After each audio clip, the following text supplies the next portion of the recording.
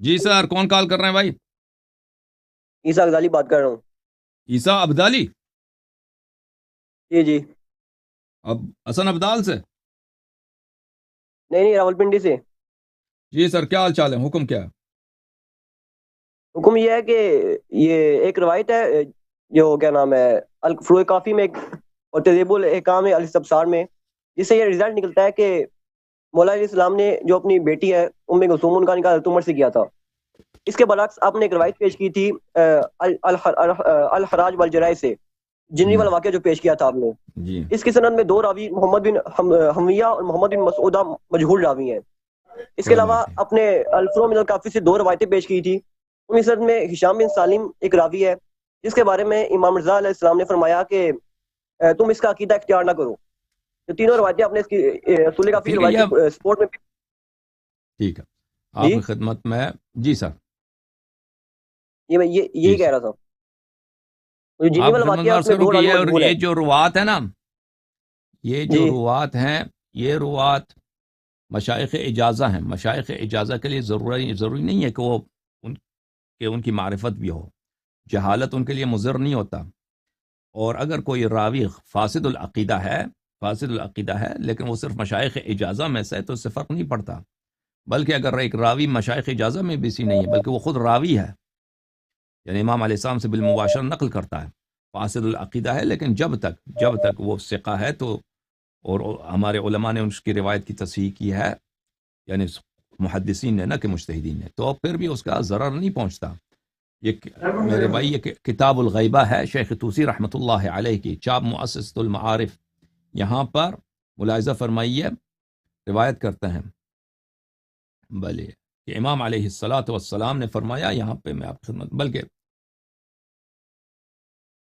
یہ آپ کو کتاب زید نرسی اصول اربعہ میں سے جو وہاں پہ دکھاتا ہوں کہ امام علیہ السلام نے فرمایا، ان لنا اوعیۃ نملأها حکما وعلما وليست لها بأهل فما نملأها إلا لتنقل إلى شيعتنا فانظروا إلى ما في الأوعية فخذوها ثم صفوها من الكذورة تأخذونها بيضاء نقية صافية وإياكم والأوعية فإنها وعاء سوء فتنكبوها۔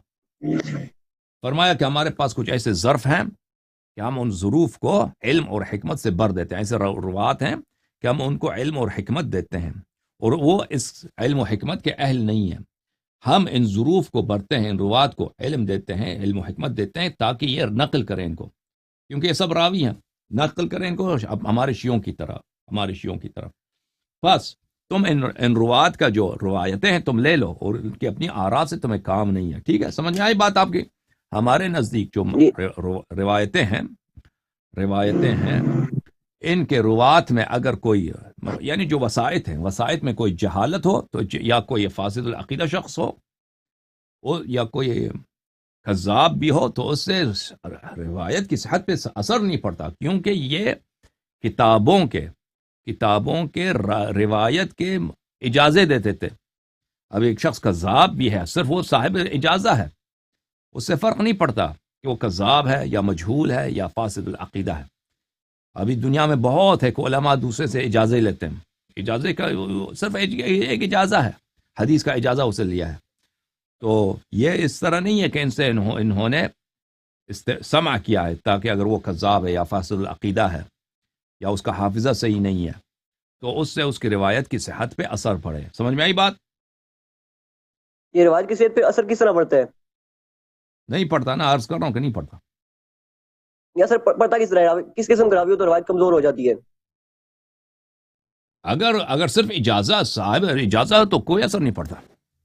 اگر راوی راوی جس مرضی اگر قسم کا ہو۔ صاحب اجازہ ہو، اگر راوی اس طرح ہے کہ شیعوں میں سے نہیں ہے، اور اس کا کتاب جو اس نے لکھا تھا، کیونکہ ہماری جو روایات ہیں، مثلا ابھی دیکھیں، ابو ہریرہ اس کی کوئی کتاب نہیں ہے، زید بن ارقم کی کوئی کتاب نہیں ہے، زید بن ثابت کی کوئی کتاب نہیں ہے، جو ابو الدرداء ہے اس کی کتاب نہیں، عائشہ کی کوئی کتاب نہیں ہے، لوگوں نے ان سے سنا ہے، پھر ان لوگوں نے جنہوں نے ان سے سنا ہے، دوسرے لوگوں نے ان سے سنا ہے، پھر دوسروں نے ان سے سنا ہے، پھر بعد میں آگے جا کر سنہ 150 کے بعد بعض لوگوں نے کتابیں لکھی ہیں۔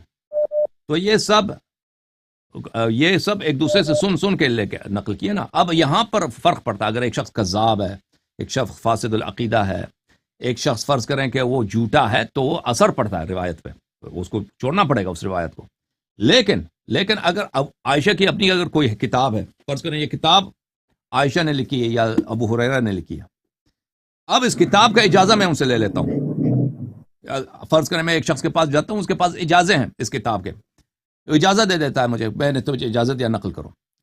اب یہ شخص جھوٹا بھی ہے، یہ فاسق بھی ہے، یہ کافر بھی ہے، اس سے کوئی فرق ہی نہیں پڑتا، کیونکہ مجھے پتا ہے یہ کتاب عائشہ کی کتاب ہے، اس نے خود لکھی ہے، ٹھیک ہے نا، اس سے فرق نہیں پڑتا. تو ان دونوں باتوں میں بڑا فرق ہے میرے عزیز، ہماری احادیث میں اور آپ کی احادیث میں. ہمارے روات میں اگر جہالت بھی ہو نا، فاسد العقیدہ بھی ہو، کذاب بھی ہو، کیونکہ وہ صرف واسطہ ہیں نقل میں، واسطہ ہیں اجازت میں، اس سے فرق نہیں پڑتا حدیث کی صحت پر.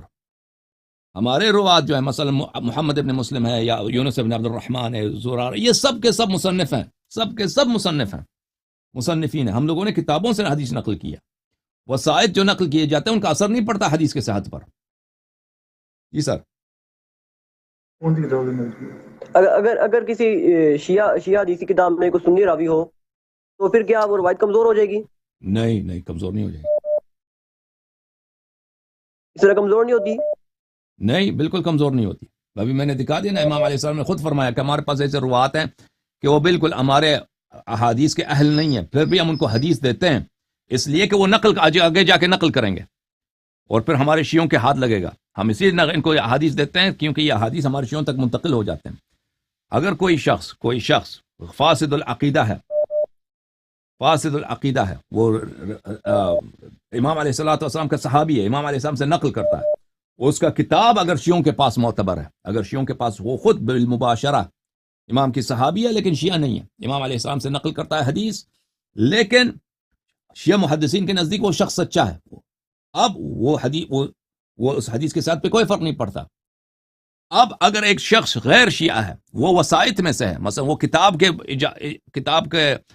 کے لیے صاحب اجازہ ہے، اس سے علماء نے اجازے نقل کیے ہیں، تو وہ وسائط میں آ جاتا ہے، پھر بھی اس کے حدیث کے ساتھ پہ کوئی فرق نہیں پڑتا. ٹھیک ہے نا جی. جس سے ہم کتاب کی اجازت لے رہے ہیں وہ بذات شخص خود کذاب ہو، جس سے ہم کتاب کی اجازت لے رہے ہیں، اس طرح کوئی فرق پڑے گا؟ اگر اجازت لے رہے ہیں نہیں، کوئی فرق نہیں پڑتا. ابھی میں فرض کریں، ابھی میں چاہتا ہوں ایک شخص کے پاس میں بخاری نقل کرنا چاہتا ہوں، میں چاہتا ہوں کہ میں خود اپنے واسطے سے بخاری کی حدیث نقل کروں. میں ایک عالم کے پاس چلتا ہوں، فرض کریں مکہ مکرمہ، مدینہ میں یا لاہور میں، کہیں اس کے پاس بہت سارے لوگ اجازت ہیں ان کے پاس، مجھے اجازت دے دو بخاری کا، وہ اجازت دے دیتا. اب وہ شخص شرابی بھی ہے، وہ شخص جھوٹا بھی ہے، فرق نہیں پڑتا. کیا فرق پڑتا؟ کیونکہ مجھے پتا ہے یہ بخاری کی کتاب ہے، بخاری کی کتاب ہے. اب میں نے جس شخص نے مجھے اجازت دی ہے بخاری نقل کرنے کی، وہ اگر جھوٹا بھی ہے، وہ فاسق ہے، وہ کرسچن بن گیا، فرق نہیں پڑتا اس سے، یہ کوئی اس سے اثر ہی نہیں پڑتا حدیث کے ساتھ پر. ٹھیک ہے نا؟ صحیح ہے. اوکے. اللہ حافظ. اللہ حافظ. خدا حافظ.